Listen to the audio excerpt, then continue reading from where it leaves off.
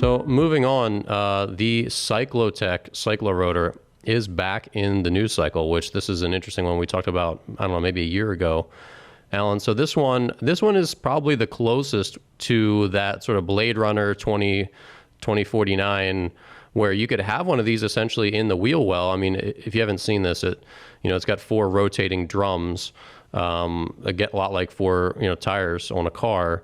And Alan, how does this work, and how does it generate lift? Because there's a video on YouTube that we'll link to that shows that this thing can get off the ground for sure. Oh yeah, it's like a helicopter blade that's been cut into quarters or sixths and then put on a drum so they spin instead of whirling around above your head. So it's a different configuration. The aerodynamics are similar in that with a helicopter blade, you can change its angle of attack, and you can make the helicopter go up, down, left, right, those kind of things, right? So it has sort of all those features built into this high-speed rotating drum. I don't remember how many RPM, Dan. Do you remember how RPM those drums are moving at? That's fast. I don't, but they're boogieing. They're boogieing. Yeah, and I think Dan's right. I mean, it is like something you see on a sci-fi movie.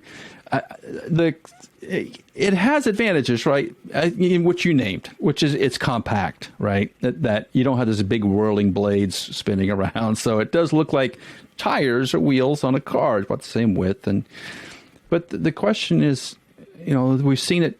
If you watch a YouTube video, and I encourage everybody to go watch it because it is a cool piece of technology. It's inside a hangar. So they're lifting it off and kind of floating it around and bringing it back down inside a controlled airspace. No wind, right? So what happens when I take it outside? I don't know yet. I'm sure there's a lot of flight control dynamics that they have to work out on how it needs to operate. But the one thing we were talking about before recording the show was how much energy does this thing use? Right? Is it efficient? Right? Because I think that's going to be the driver is compact.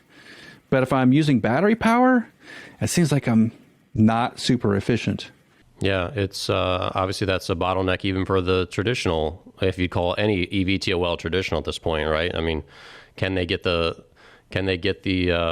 flight time and all that, given the energy density of current batteries and then the weight of batteries? How much battery weight can they have and still have passengers and do the job and all that stuff? So the question is, if this is viable, how far in the future is it? How much battery power does it need? All that sort of stuff. But yeah, as far as like safety goes, we don't know. And I'm sure as you know, this will be hard to certify because it's unlike anything out there to compare it to, right?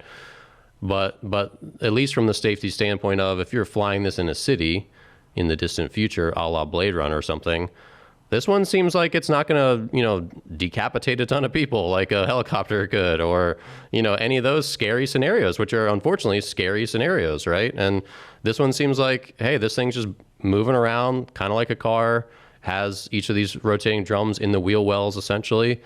And it honestly reminds me of that Blade Runner style, hovering car. So, yeah, I mean, there's a lot of unanswered questions, but it's cool that it's progressed, because you figured, I think this one was the one that was just like wasn't really going to go anywhere, but it's still moving around and still seems like it's progressing in some direction. But as you've mentioned many times, it takes a lot of money to keep these programs going, and how long are investors willing to wait? That's a good question. I always say it starts at $500 million and probably ends somewhere around $1 billion for something like this. If you're going to put it into mass production, yeah. So that's a lot of fundraising.